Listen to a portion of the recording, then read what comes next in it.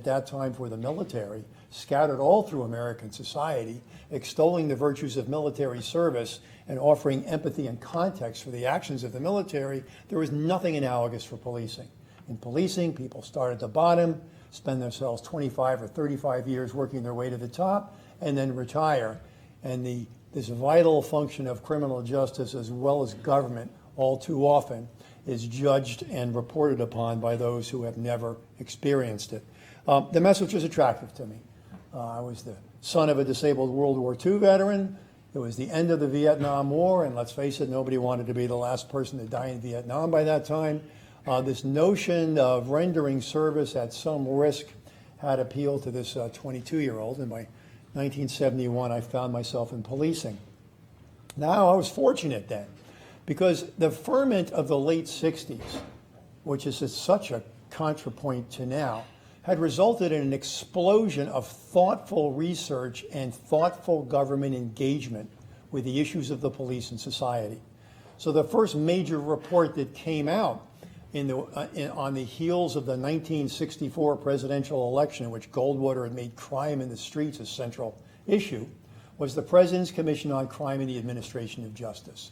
And they issued a report called The Challenge of Crime in a Free Society that dissected carefully the interplay of all of the elements of the criminal justice system, noted their shortcomings, noted some of their institutional failings, noticed how often they were on the back burner of funding, and made major recommendations for police, for corrections, for courts, for district attorneys. I would hasten to add, in the ensuing 45 years, I only know of one major component of the criminal justice system that adopted the vast majority of the reforms that were recommended by that report. Now, one of their major reforms has never been adopted, and that was the mandatory requirement of a bachelor's degree for all people entering the police service. A second major finding was the amalgamation of smaller departments into larger departments so that service might be more consistent across jurisdiction. But what they did do was create the Law Enforcement Assistance Administration, which spent hundreds of millions of dollars trying to improve policing. But for this young recruit, the most important thing they did was create a version of the GI Bill for cops. They paid for the college tuition of anybody who wanted to get a bachelor's or master's degree or criminal justice or sociology or police science. And with that, I got my master's degree. Now, the fascinating thing for me as I was getting my master's degree is I was introduced to a genuine literature studying policing, a literature that has not been replicated in nearly 50 years. I was exposed to the writings of William Kerr Muir, William Wesley, Arthur Niederhofer, James Q. Wilson, George Kelling, Herman Goldstein. These are authors, many of whom had research roles to play when the President's Commission report came out on law enforcement and the administration of justice. But what they did was not just mega data dumps trying to figure out what was going on. They did field research. They tried to understand the police subculture and its contrapoint against the local political culture, where it was consistent and where it tried to isolate it. They tried to understand what the police officer's working personality was. Jerome Skolnick studied the exercise of police discretion and how discretion was essential to the functioning of the rest of the criminal justice system, because no society could be truly free if every law was enforced equally with equal dedication. The thoughtful discretion had to be exercised. The key was it exercised in keeping with the needs of the community, and was it done in a colorblind fashion? But all of this literature had an impact on me and on a generation of young police officers, and given the fact that change in policing has a long gestation period, because if you're going to fix an institution, you don't fix it by throwing rocks at it. You fix it by getting into the institution, working your way up into a position of influence. I don't care if it's hospital administration or if it's the judiciary or policing. You've got to become a part of the system and understand it, have empathy for it, recognize its shortcomings, and know how to make change. Now, that generation of leaders that I was educated with that got degrees at the same time I did were from all over the country. Among them were people like Bill Bratton and Chuck Ramsey, who became close friends of mine in my chiefing career, who helped drive the community-based policing movement of the 90s. Now, here's what's interesting. On the heels of the President's Commission report in 1967, other reports came out, government reports, put together by research and academics as well as practitioners that studied violence in America. Major report. There was a report on the causes of civil disorder, the Kerner Commission report. Major report. What is going on? What the Kerner Commission found out, for example, was that although the police had been the flashpoint of every civil disorder, they were not the fundamental cause. And what did they talk about? They talked about the systemic intergenerational challenges of neighborhoods plagued by high rates of poverty, high rates of unemployment, substandard housing, and failed schools, and how all of those problems created broken societies incapable of exercising informal social control and over-reliant on the police to perform basic functions that often are be able to be performed by strong neighborhoods in other places. And they recommended reforms across an array of circumstances to try to close the gaps of inequality, to try to deal with the housing problems, to try to deal with the employment problems. The police were seen as an intrinsic, essential part of a whole, but they were not seen as the placeholder for all of America's ills and the cause of them. Now, I mention that because by the mid-90s, we had another Democratic administration in charge, and what did they do? Clinton administration put out the Office of Community-Oriented Policing, and what was that about? Part one was universal hiring, because large numbers of officers do make an impact if properly managed and deployed, and everybody recognized that no city could afford the level of policing that it needed given the crime rates of the late 80s and early 90s. No city could do that on its own. And if we believe crime is an American problem and American citizens deserve to be safe regardless of their zip code, then maybe the money that goes into cities for their protection shouldn't just come from the city property taxpayer. And that was what was behind that program, and it increased police departments in many major cities, Milwaukee among them. But the other thing it did was educate police about the values of community-oriented policing. Creating partnerships with neighborhoods and having additional officers gave police departments the organizational slack to engage in those partnerships. And one of those partnerships was this notion of returning to the engagement on issues of quality of life. What was known as broken windows, probably the most widely misunderstood policy recommendation of that day. Broken windows was never zero tolerance. Broken windows was never about stop, question, and frisk. Broken windows was never mandatory arrest.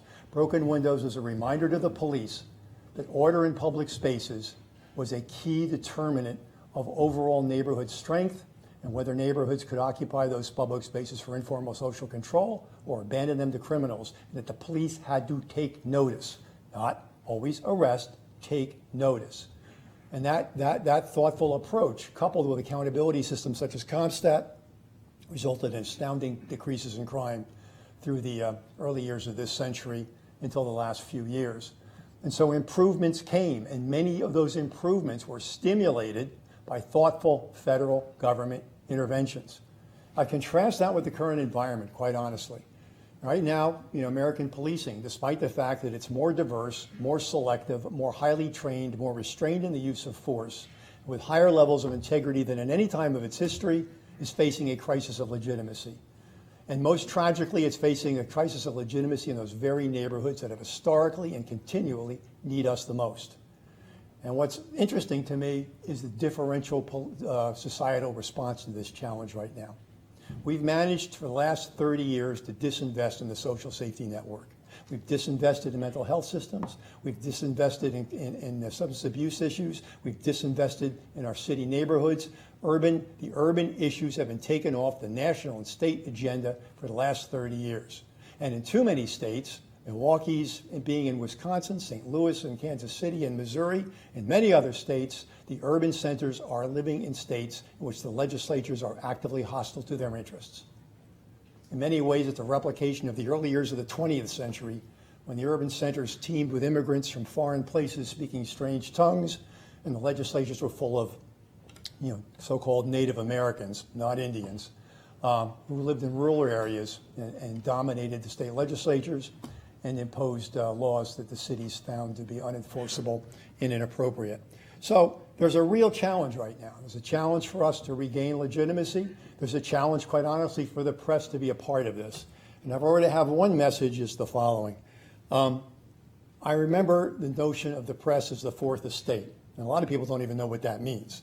All right, but the French Assembly of the late 1700s was organized into three estates. There was the monarchy and the nobility, there was the clergy, and there were the people. And the press has come to call themselves the fourth estate, the fourth key component of governance, and I would agree. But there's an implication if you're an estate. And that implication is you're a part of governments, and your role is broader than just delegitimizing government. Okay? Democratic government, by definition, is built on conflicting interest groups with different priorities and different desires, and we're certainly proving that these last few decades. The challenge is, when you're identifying problems, is context and perspective. And I would offer the coverage of policing, specifically in these last several years, has been virtually devoid of any context or perspective at all. It's almost impossible to get it in there. What is the benchmark? There's no doubt that our legitimacy is important, and our legitimacy in disadvantaged communities of color is even most important, because it's our work there that makes our work a vocation. And the challenge is to contextualize those things that are going wrong and compare them to something. There's one thing I learned at the Kennedy School: everything is in comparison to something else. What are we comparing this to besides perfection? The second point I learned at the Kennedy School was that stories beat data, which just kills you if all I've got is data and all you've got are stories. Where can we meet where stories and data can coexist in a way to give information to a public to make rational policy decisions? Because if they have the wrong information or uncontextualized information, the challenge, the temptation for our politicians will be to take the easy way out. And the easy way out is blaming the police for the state of our central cities, focusing all attention on them, doing something to them, and then moving on, nothing to see here. Don't have to talk about education, don't have to talk about employment, don't have to talk about mental health, don't have to talk about substance abuse, because those are messy, hard, and expensive. So let's just think about those police over there, and everything will be fine. Police are doing everything for everybody right now, and imperfectly, and sometimes wrongly. But to look at them totally distanced from the rest of the society they're functioning in and the rest of society's responsibilities to our urban problems does a disservice to our democratic process, because it leads us down the wrong road when it comes to making a difference in the lives of the people who are most in need of thoughtful interventions. So there. Got nothing else to say.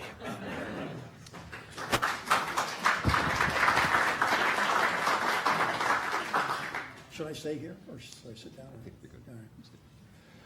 So here we are, the fourth estate.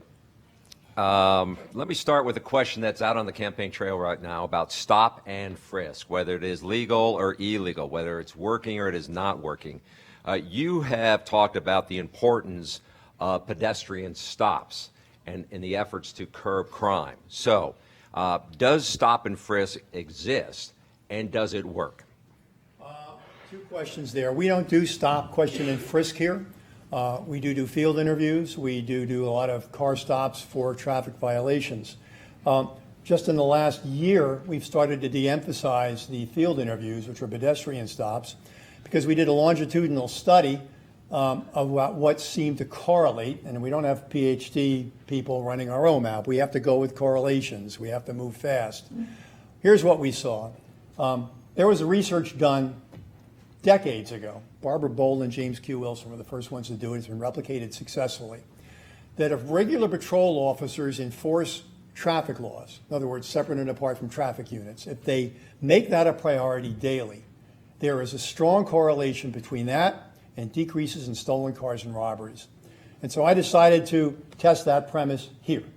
And what we have found out over the course of 9 years is that correlation holds up very strongly for car thefts, robberies, and non-fatal shootings, surprisingly, strongly correlate with our traffic-related activity.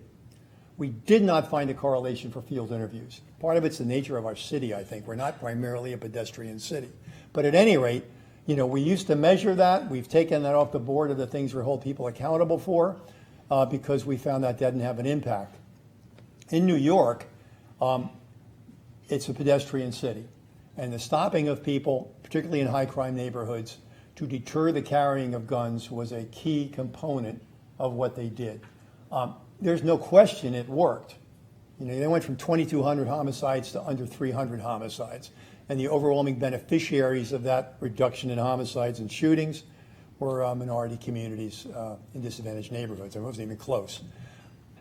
However, there's such a thing as diminishing returns. Great problem in New York is they continue to put their foot on the pedal all through the dramatic crime decreases of the 2010s and 2010s and alienated the very people they were trying to help.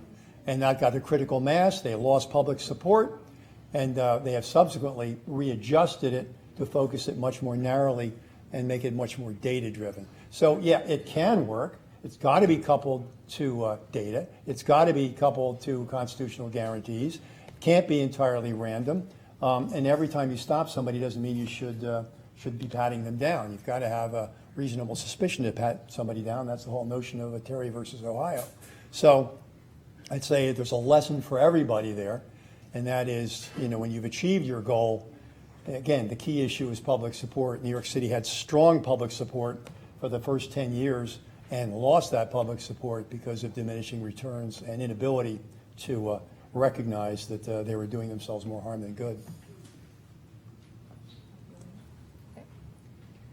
Chief, when we spoke during an interview earlier this year about the spike in homicides that Milwaukee saw in 2015, particularly compared to the relatively low year in 2014, you suggested as a possible cause was a little bit of a take on the so-called Ferguson effect. You suggested it wasn't that officers were backing off, but rather that there was this sense of emboldened criminal behavior that your officers were seeing on the streets. Some months later, is that something you still agree with? And how much weight do you put on other possible factors, such as the heroin trade, or, as has been argued by some scholars, a pervasive sense of legal cynicism that may have worsened in the wake of high-profile police uses of force, whether or not those uses of force were legally justified or not? I would be careful not to ennoble an increase in homicide. We find here in Milwaukee, as we do in similarly situated cities, that even now, more than 80% of our homicides are the result of armed criminals shooting and murdering other people with criminal records. And we have Layla Peterson, okay? We have cases like that time and time again where children are killed in crossfires. We have innocent people killed as a result of, robbery homicides and domestic violence homicides.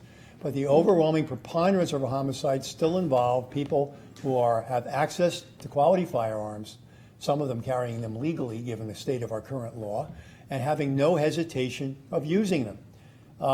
I have said all along, and I've got colleague chiefs who are saying the same thing, that to the extent that the criminal justice system is going to have an impact on homicide, it has to have an impact on the thought patterns of those who are committing homicides. If most homicides here are committed by armed criminals, it would seem to me to make sense that that subsection of crime, being caught with an illegal gun with a criminal record, should result in a significant criminal justice sanction. We have to alter the mental calculus of our criminals. Because right now, for them, it's more dangerous to get caught without their gun than to get caught with their gun. Because the vast majority of them have a record of felony arrests but misdemeanor convictions, so they will only in Wisconsin face misdemeanor charges no matter how many times they're arrested with that gun.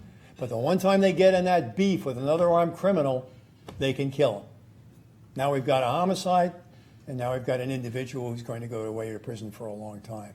If we're going to have an impact on that, that's a crime in which there are decisions made that are rational. And we have to assume that our career criminals are rational actors.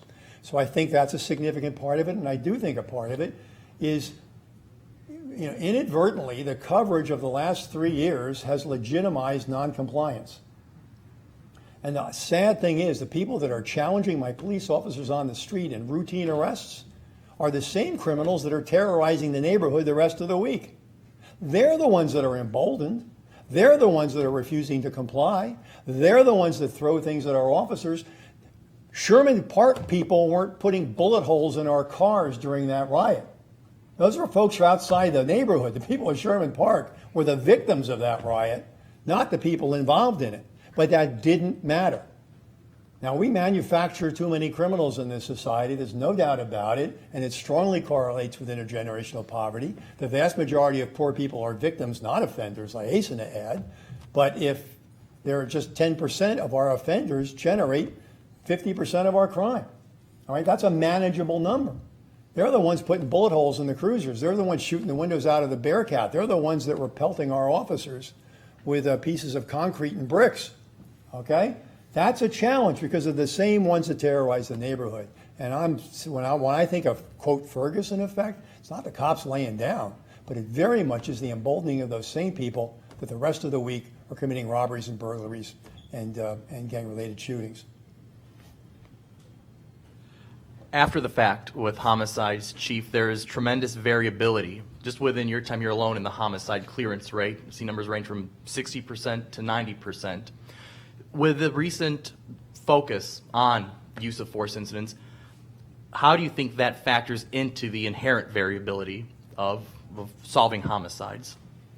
It seems to have more of an impact on our non-fatal shooting investigations, and a big piece of that is because in the non-fatal shooting world, again, it's most often criminals on criminals, and they are less likely to cooperate with us than the extended families of victims of homicide. We're going about 70% in our clearance rate right now this year. The national average for cities our size is 50%, and we have been ahead of that the last couple of years.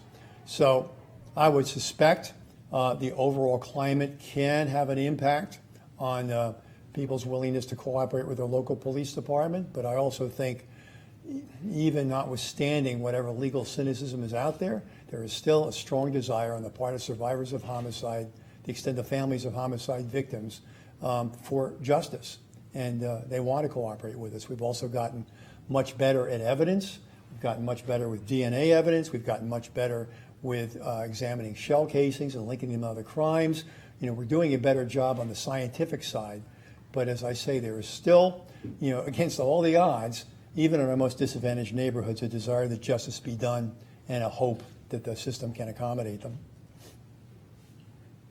Talk about the national narrative about institutional racism right now that we're hearing a lot about. And you had talked in your earlier about that police officers and law enforcement have been at some of the major flashpoints in this country, but they were not the root cause of those things. You also, I heard you say that officers have to have thoughtful discretion. So how do you teach, how is it worked out that officers have that thoughtful discretion so when they see people, they see situations, that they're all potentially reacting the same? Or is that even possible? Well, judgment is a key issue for police officers, and it gets better with time. When we reformed and re-examined our discipline systems and processes in Milwaukee, we made it a values-based system and got away from a rule-based culture. It's not about violating a rule. It's about what's the value that was violated. What are our values? Well, courage is a value, competence is a value, integrity is a value, respect is a value, restraint's a value, all right? And as we measure your consistency with our values, we want to take into consideration your experience, your training, your prior record, and your motivation, all right? Was this something that was an error of the head? I made a mistake, I thought this, it was that, or an error of the heart? I wanted to engage in wrongdoing, either because of my personal prejudices or personal aggrandizement. So we have to examine all of those things when we try to understand how a judgment was exercised under pressure. Because think about our officers.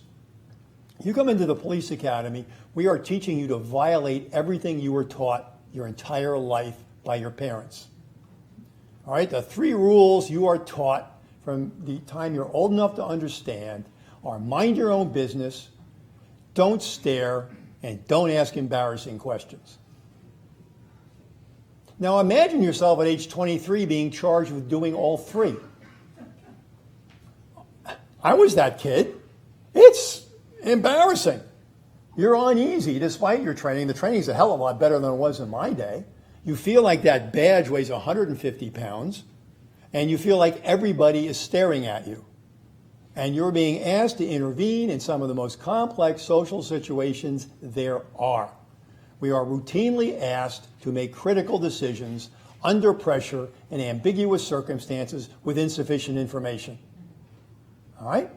And often we have to do it right now. And sometimes we're going to be wrong.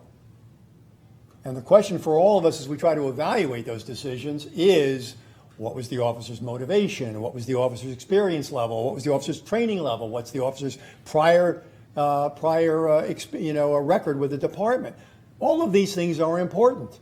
And we would ask people accord our officers today the same presumptions they offer our soldiers in Iraq and Afghanistan.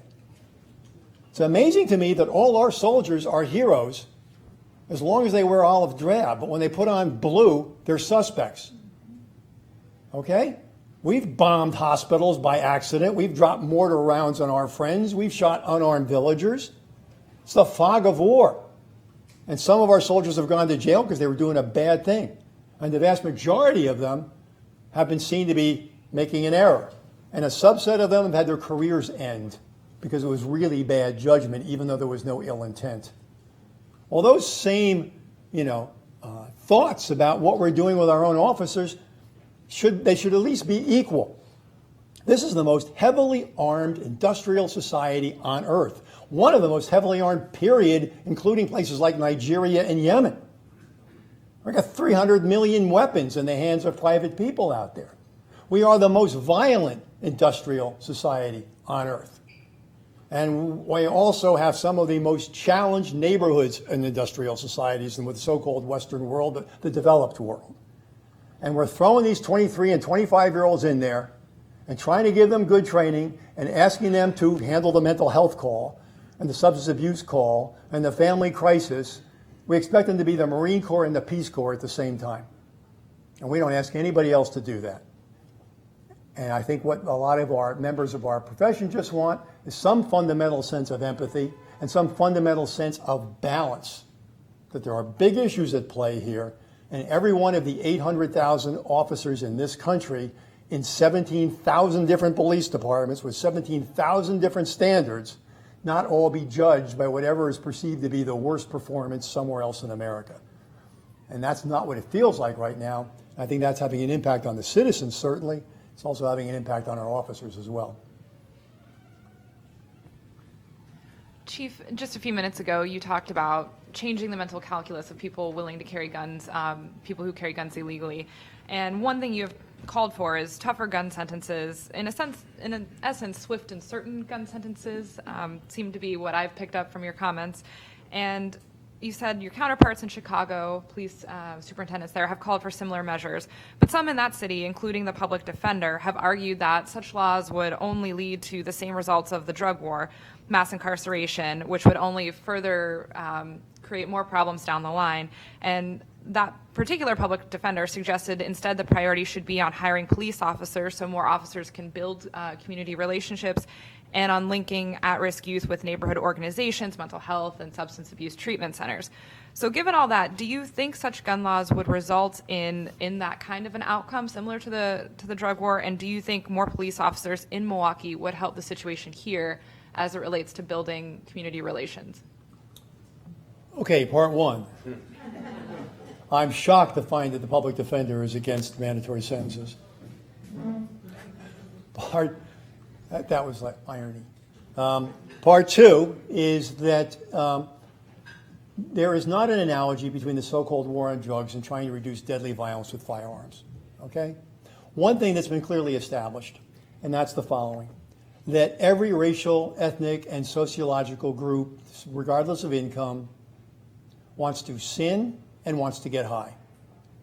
And so to the extent that we've been able to prove that there are disparities in who goes to jail for drug violations, we got to fix that. And we got to fix it fast because it's delegitimizing everything else. Okay? But having said that, public space violence belongs to the poor. Wall Street stockbrokers don't have to shoot you when they can loot your bank account. Okay? And public space violence puts neighborhoods at risk and keeps them poor. That's why we have the public police. Now, why do we know that public space violence belongs to the poor? Quick question. What is the slang word for a prison van? What? Yeah, I am, of course, now insulted. Because Paddy is a nickname for Patrick. Paddy was a nickname for the Irish. And from about 1840 to about 1890, they were packing the back of those vans because they were on the bottom rung of society. You look at the political cartoons of the era, they were portrayed as apes who were drunk and committed crimes of violence. All right? Now, those crimes of violence are volitional, and to the extent that they require the decision to use a gun to kill or maim somebody, they require an intervention that treats them as rational. Now, I totally get the concerns about mass incarceration, and that's why we have to really firmly look at our drug sentencing laws for consistency and wipe that slate clean to the extent that we need to do. If we're going to treat it like a public health crisis, then let's act like it's a public health crisis. But the bottom line is we cannot reduce volitional violence without, from society's point of view, having a strong voice of disapproval that results in a sanction. And it's just a damn shame how many people, overwhelmingly, let me see where I was last year, 2015, 84% of my homicide victims and 93% of described offenders were African American. All right? And that aggravated assault, 3/4 of the city's victims and 86% of the suspects are African American. We have data for non-fatal shootings that are even worse. You know, we did a readout not long ago. The national average for homicides per 100,000 is 4.5. For Milwaukee, it's 14. But the homicide rate for African Americans in Milwaukee is 139 per 100,000. 4 nationwide, 139 if you're African American in Milwaukee. Shooting victims in Milwaukee, then, you know, we don't have national statistics on those, but the shooting rate per 100,000 for white people as victims is 47. For African Americans, it's 848 per 100,000. All right? Now, it's a tragedy. We can't do something about that because people are equating drug sentencing with trying to deter armed violence. And that's why, with all the scrutiny on police, and I said this to President Obama at the town meeting, we've got to stop having parallel conversations that never meet. We can't take police activity and deconstruct it separate and apart from the massive problems of central city violence. It is hypocritical to talk about one and not talk about the other. And we're all sincere in policing when we say to the Black Lives Matter movement, can you imagine the impact if I could mobilize consistently a couple of thousand people on the street to say, do something about this friggin' holocaust of violence in my community. I want the system to respond. I want the state to respond. I want the federal government involved. The easy way out? Demonize the police, back us up, watch the violence increase, and then accuse us of apathy. It's the easy way out. Left and right, it's the easy way out. There's a problem, all right, and it's pernicious and consistent. I'm willing to own our conduct when we're wrong and take action, as every chief I know is. But here we are in our cities. You were mentioning would more cops help? Sure, more cops would help. But the local taxpayer shouldn't have to freight 100% of the bill when the entire state depends on Milwaukee's productivity, the entire state uses its amenities, and the people that live here happen to be Wisconsin residents of the United States. And the country has an interest in the safety of its citizens in their most vulnerable locations. That means everybody needs to pitch in. And it's the height of political hypocrisy to put all of this on that mayor or the other, and by extension, they're ratepayers, while everybody else says, not my problem. But you know damn well there's a tornado in I don't know where county, Wisconsin. The money we've poured into the state from our taxes is going to go out there and nobody's going to blink an eyelash. Well, we got a slow motion mass murder here and in every major city in America. And that requires the country to look at it seriously and not act like it's exclusively a local problem. Chief, it was less than a week ago now when the Charlotte-Mecklenburg Police Department released the body cam and dash cam footage of a controversial police-involved shooting. When I've gone to the Central City a couple times since then, the question I keep hearing is, why won't they put out the tape here? Now, that decision in Charlotte was against the backdrop of a state investigation. Against that same backdrop here, now the DA weighing the consideration, I ask, what is keeping the Milwaukee Police Department from releasing that footage? Well, we're not going to do anything against the advice of the local attorney general, local district attorney. All right, we're part of a system. And to the extent that they want to keep that tape until they've made the determination, I'm not going to try to pull the rug out from underneath them. But I will say the following. What's been proved in the last week, and it was proved in Charlotte, body-worn cameras aren't going to end the questions. All right? There is no silver bullet that will answer everybody's questions. And I would offer two observations. One is that every one of these body-worn cameras anywhere in the country can be played at super slow motion. So it'll look like the officer had an hour and 45 minutes to decide what to do. But our officers don't function in slow motion time. They function in real time. And that's literally seconds. Second observation I'll make is this. Everybody here, I bet, well, I shouldn't say everybody, but I bet a large majority of you like to watch the Packers. Yes? I like to watch the Patriots. I'm patriotic. But what do I know from watching NFL games? I mean, you have to be careful with sports analogies. Sometimes they can be seen to be demeaning something, but I think it's a reasonable analogy. Look at instant replay. And has it resolved every question about a referee's ruling on the field as long as you've been watching? Has it? How many times have you watched the game and they go into the booth and they pull the thing over their head and they look into the camera and they listen to the guy from New York?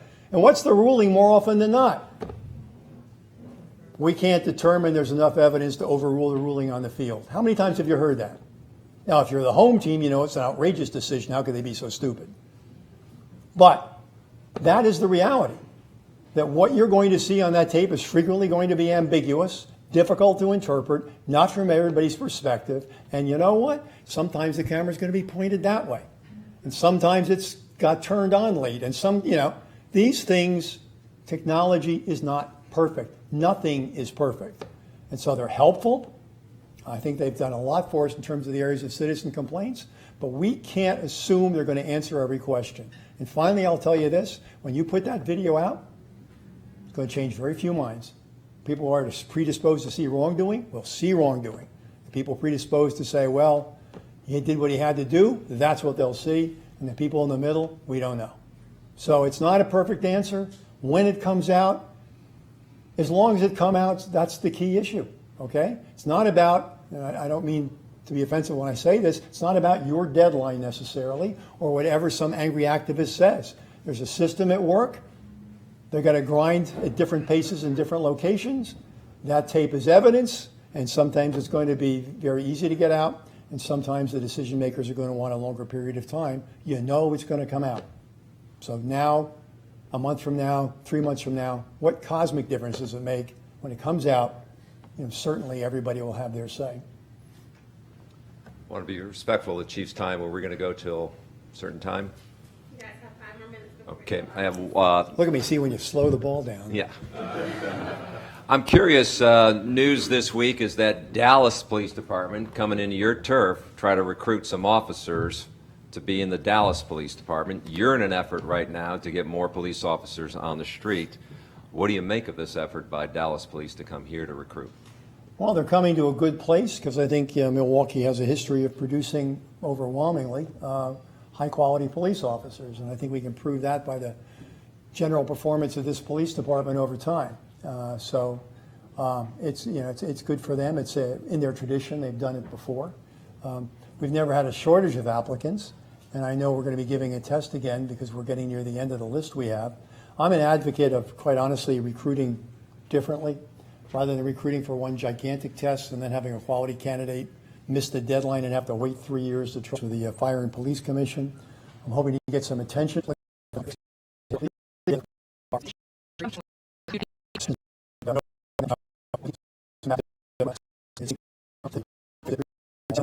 Miles, general.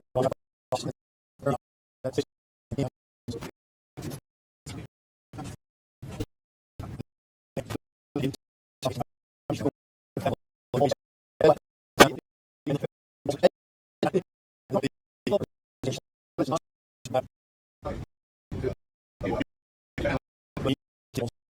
we have made an investment in this city. Snow in the freezing weather. When it comes to today's environment, I mean, there is less violence being used by the police than at any time in our history. But we are a wired society now, and as I said before, no matter what we do in terms of monitoring activity and recording data, a good story blows us up. There's nothing for it. I mean, you know, today we got to get to see finally 2 more pictures of Frank Jude in the paper. Hooray! I haven't seen a beat-up picture of Frank Jude in months, so it's so good to see it again. This is sarcasm. What I'm driving at is that, you know, that picture, that story was an explosive story in its own rights. But by constantly throwing out there, once again, it's like we've got this epidemic of violence. What we have is a lot more recorded violence. Some of it we recorded, some of it the world's recorded. I mean, look at demonstrations. You know, there's 500 people with their phones on in a demonstration of 1,000 people. I mean, you know, remember the book 1984? Everybody was worried about Big Brother. Forget about it. It's your next door neighbor. Okay? You're recorded by the videos in the stores you visit. You're recorded by the videos outside the stores. You're recorded by your neighbors and friends on their cell phones. So yes, we are capturing a lot more. It doesn't mean the problem's bigger, but it does mean that we have an environment in which misconduct can be captured. And I would offer as a caveat that lawful uses of force are as ugly to watch as unlawful uses of force. Fighting is messy, okay? Rolling around the street isn't pretty to look at, and it's certainly not nice to look at a shooting. And so the fact that it's captured doesn't even necessarily mean it's wrong. It just means we are getting to see the horror that we got in our living rooms, you know, 45 and 50 years ago from the Vietnam War. War was in your living room. Well, now you can see police violence in your living room, and that's the world we live in. But it doesn't mean by itself that there's more now, but it does mean we can have accountability systems. Chief Flynn, thank you.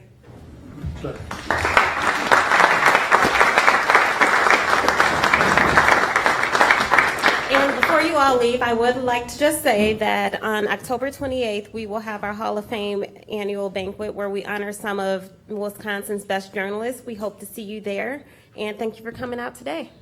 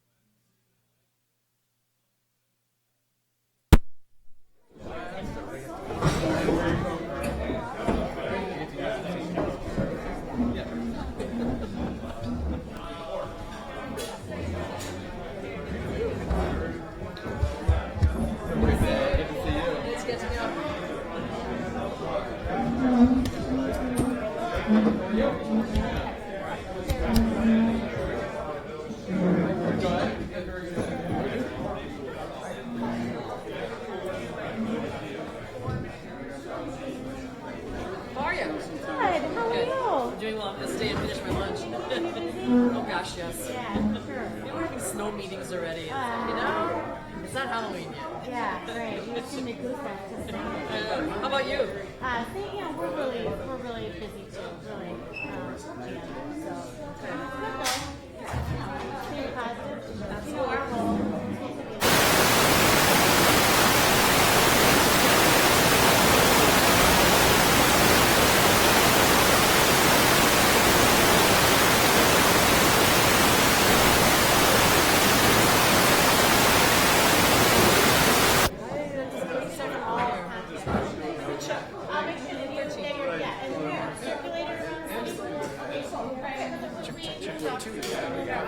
Check, 1 2 1 2 check.